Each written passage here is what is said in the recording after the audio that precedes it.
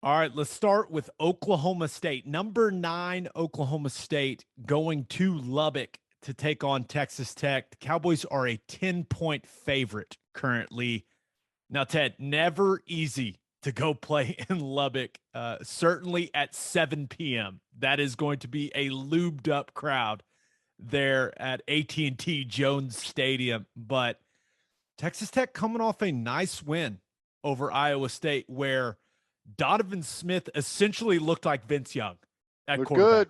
Made I some mean, he great looked. throws. We both have watched it. He looked fantastic. He was slinging it all over the place. Was using his legs in the run game as a scrambler. Like he was awesome in that game. And you look at what Texas Tech did defensively against Iowa State last weekend. They held Brees Hall to 51 yards rushing in that game. 51. So can they bottle up Jalen Warren in this Oklahoma State running game? And can they really put pressure on Spencer Sanders to make some big time throws? I don't think the Red Raiders can get that done, but I do think Oklahoma State's going to get after Donovan Smith a little bit. I think they're going to be able to force him into some mistakes. I trust that Oklahoma State defense a ton, and I think that defense is going to travel to Lubbock. I like the Cowboys in this game. And do you think is there any chance they may find themselves in a close game with Bedlam looming next weekend? Well, there's always a chance in college football, but I am thinking the Cowboys are going to absolutely curb stomp the Red Raiders.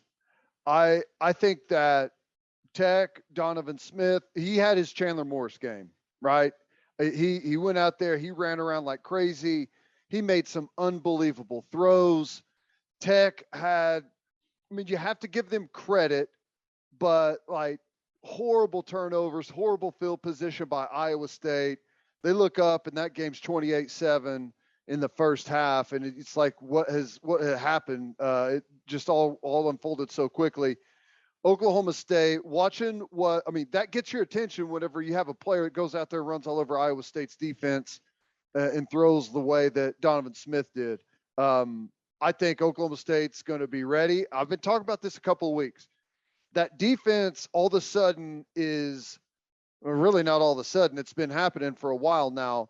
They are taking serious pride in every yard, every first down, every point. And whenever that starts to happen, you're going to get good play week in, week out. I think Oklahoma State is, I think right now, it's pretty clear that they're the best team in the Big 12.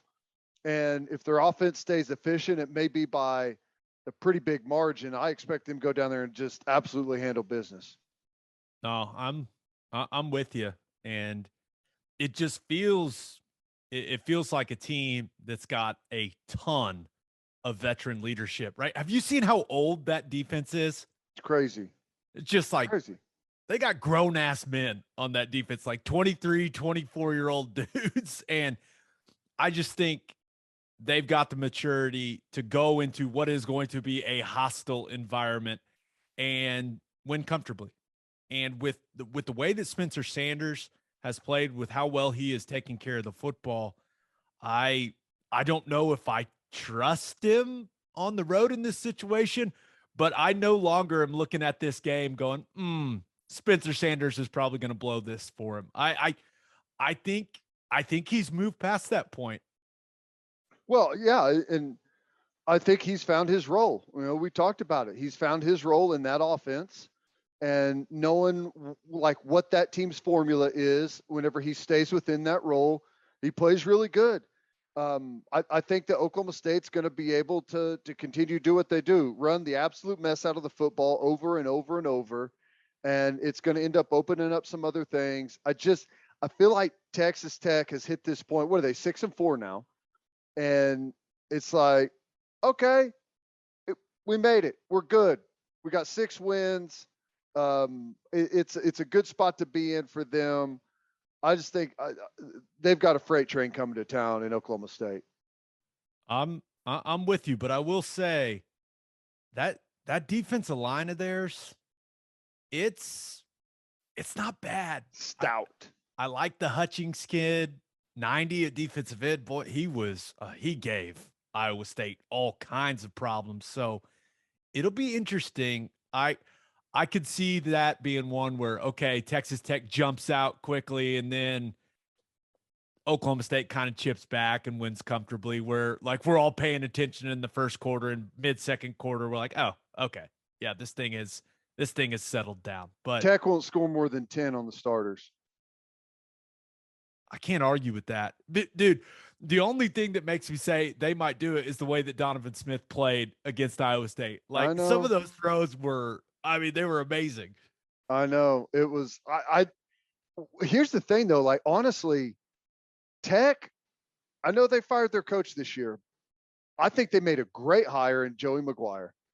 And as long as he keep Donovan Smith there, they got something now at quarterback because I think that kid's going to be a really good player. Devin Drew is the defensive lineman I was talking about, number 90.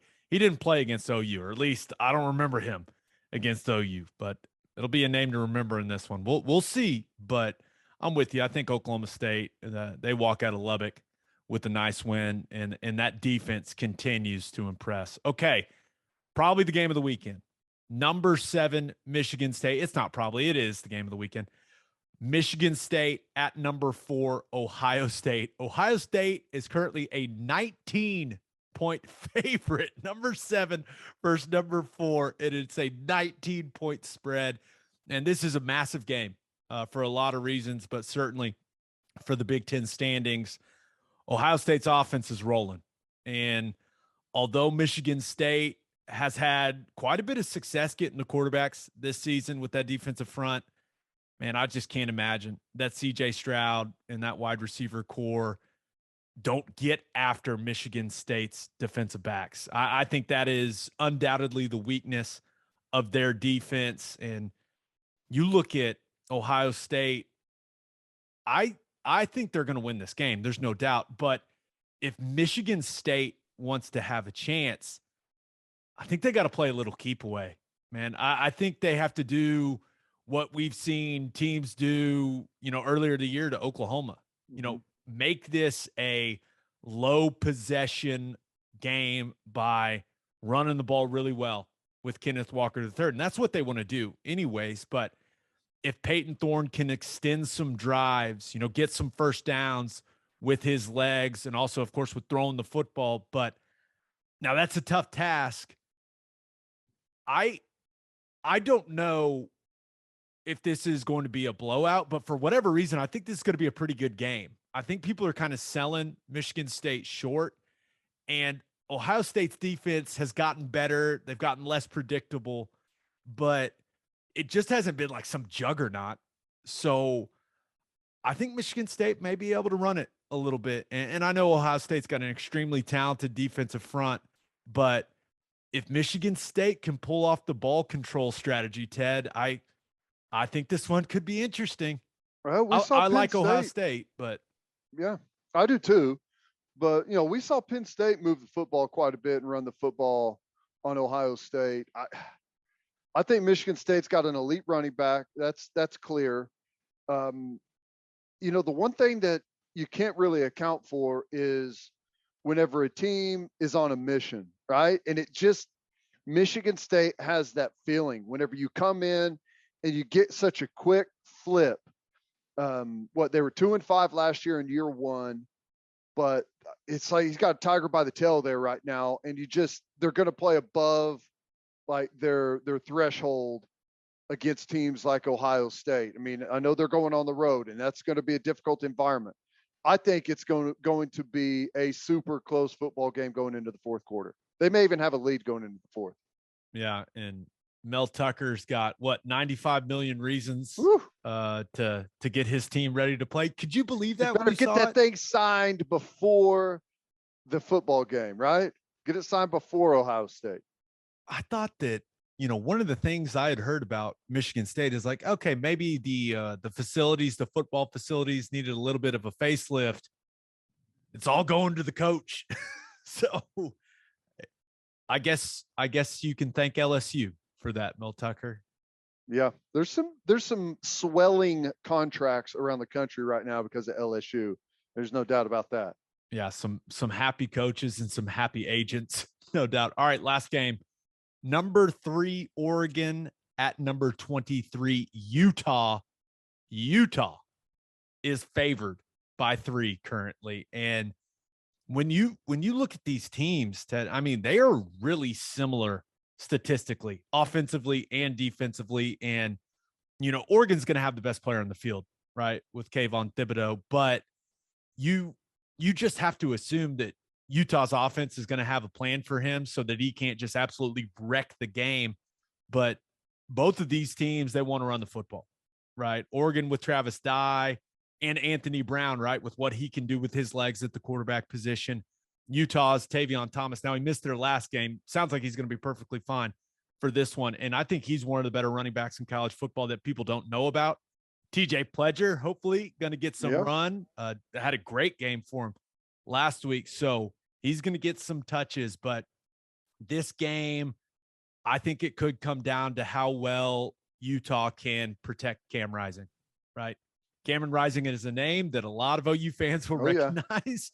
And he's playing well for Utah ever since he took over at quarterback. And when he has had time to throw, this guy's been slinging it, man. He's looked really good when he's been protected in the pocket.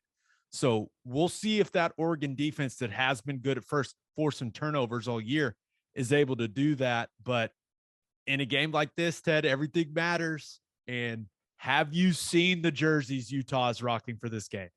Yeah, that's sweet uniform. The helmets, you see the airbrushed helmets.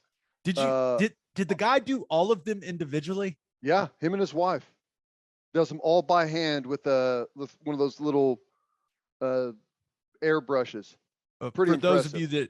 For those of you that don't know what we're talking about, that they are wearing uniforms commemorating the USS Salt Lake City, which is a World War II heavy cruiser.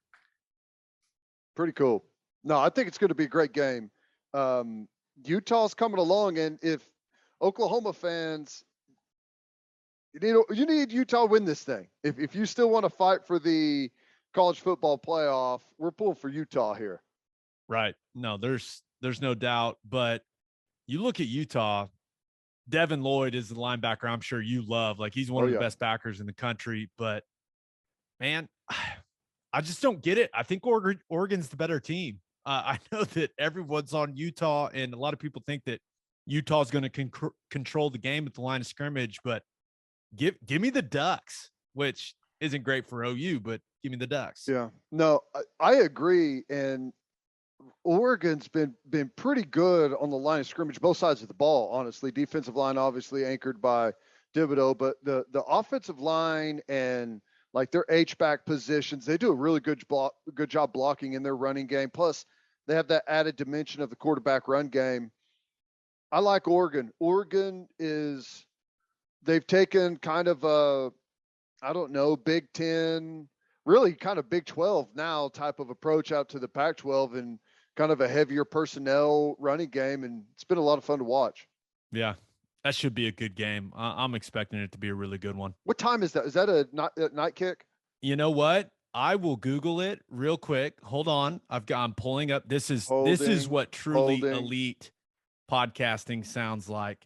And it is, I assume it's a night game. It is 6:30 p.m. Central on ABC. All right. So prime time ABC. Yeah, that'll be a fun one.